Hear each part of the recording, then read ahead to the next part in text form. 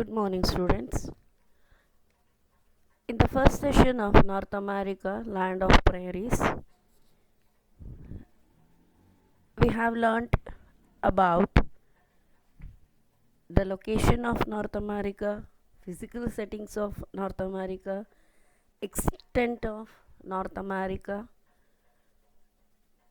and physical divisions of North America.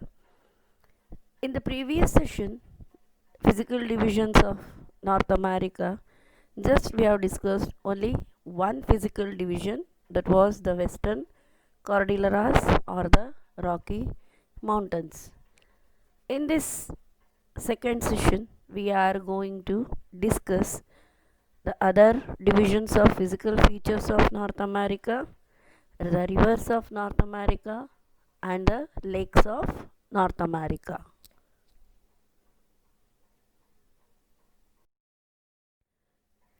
The Great Central Plains. The Central Plain are also referred to as the Great Plains of the Prairies. They lie between the Appalachians in the east and the Cordilleras in the west. The plain consists of vast expanse of flat to gently rolling land. These plains are formed by the river Mississippi, Missouri, and their tributaries. This is one of the most fertile plains of the world and is a good farming region. These basins are covered by lakes.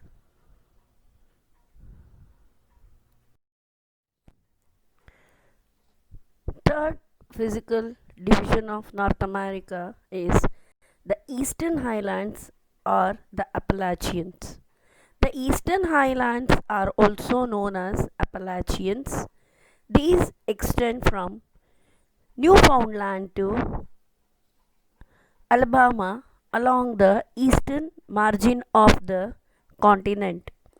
The Appalachians are fold mountains but have been denuded to their present height. East of the Appalachian ranges lie the Piedmont Plateau and the Atlantic Coastal Plain. The St. Lawrence Valley separates the Labrador Plateau from the Appalachian Ranges.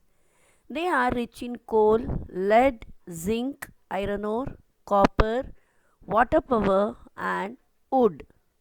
This region has a surprisingly large population, and its importance in the North America economy is significant.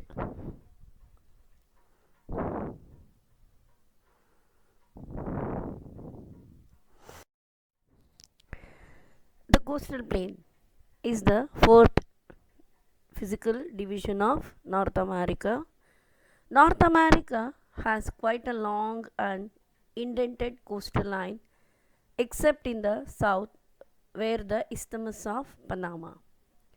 The coastal plain is narrow in the northeast and widens towards the south and west. The average height in 150 meter above sea level. This is a low and relatively plain area with sandy soil which is relatively infertile. Swamps and marshes are abundant.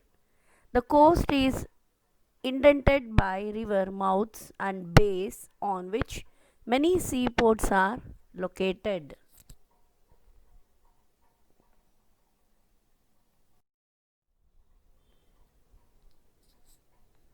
Rivers and Great Lakes of North America. North America has a few large and short rivers, a number of lakes from the unique physical features of this continent around the Canadian Shield. Rivers. The Mississippi and its tributaries form the great river system of North America. These together drains two-thirds of the area of the continent and finally flows into the Gulf of Mexico. The Missouri is the important tributary of Mississippi. The other tributaries are Red River, Ohio, Tennessee, Arkansas, Nad, Nad Plate, the Snake, Fraser, Columbia, Yukon, Colorado, Rio Grande, Mackenzie, Nelson, and St. Lawrence are other important rivers of North America. The Colorado, Columbia, and Fraser are the west flowing rivers. They are short and swift and flows into the Pacific Ocean. River Colorado and River Columbia are the west flowing rivers and they are short and swift. The River Columbia flows across the Columbian Plateau. The Colorado River drains into Colorado Plateau and forms the Grand Canyon. It is a center of scenic beauty and tourism. The Grand Canyon is called natural wonder of the world. Grand Canyon is in Arizona, USA. Depth about 1800 meters and width is 3 to 29 kilometer. The Canadian Shield is drained by many small rivers and they flow into the Hudson Bay. The St. Lawrence is an important river of USA and Canada. It passes through the Great Lakes. It remains frozen for 3 months in a year.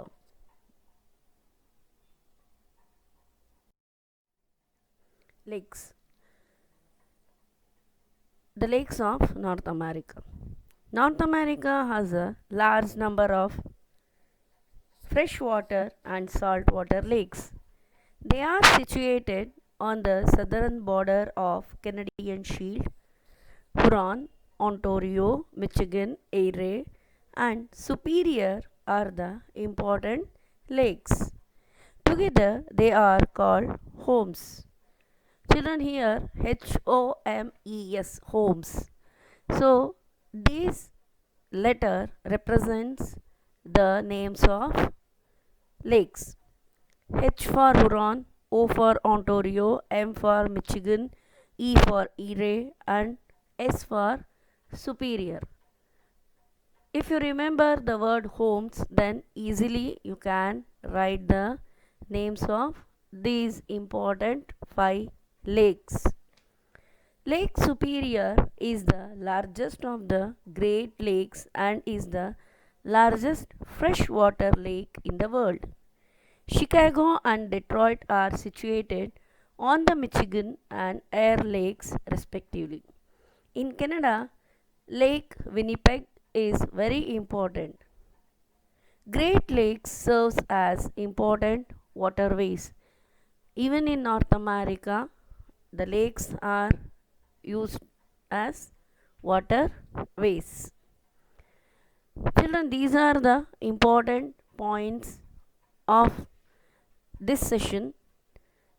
In the third session, we are going to discuss about climate and natural vegetation of North America, minerals of North America, crops of North America, and etc.